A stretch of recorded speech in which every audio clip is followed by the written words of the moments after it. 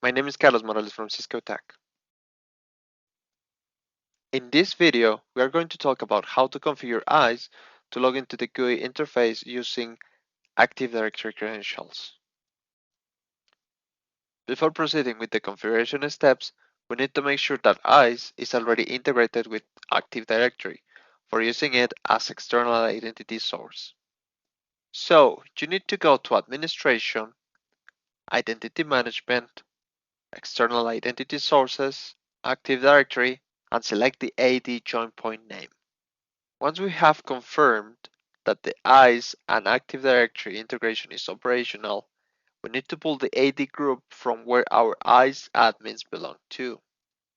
So, go to the Groups tab, then click on Add button, and choose the option Select Groups from Directory.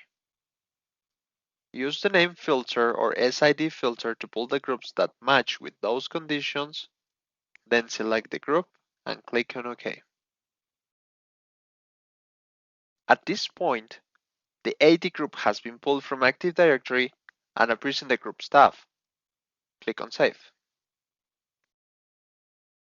The next step is to provide the needed permissions to that group for allowing a user that belongs to it to get access to the ISE GUI. Those permissions will be the equivalent permissions assigned to a standard ISE admin local account. For achieving that requirement, we need to create first a local admin group that will reference the external AD group. Navigate to Administration, System, Admin Access, Authentication. In the Authentication Method tab, from the Identity Source drop-down menu, choose the AD option, then click on Save. Now, navigate to Administrators, Admin Groups. Click on Add.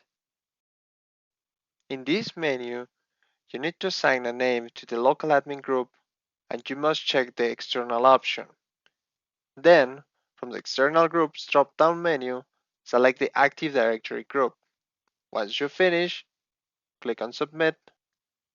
Now, in order to assign the permissions to the admin group created, go to Authorization, RBAC Policy, click on Actions from any of the short rows and choose the option Insert New Policy. Provide the name to your policy and select the admin group.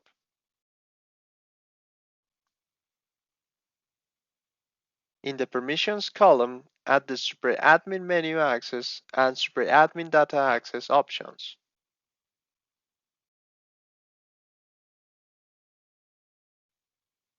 Save the configuration.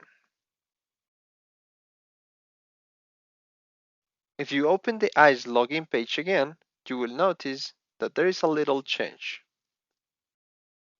A new drop-down menu was added from where we can select the identity source.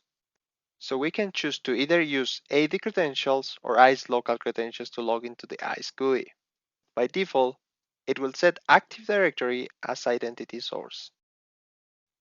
Finally, you can log into the ISE GUI using your AD credentials. Thank you for watching.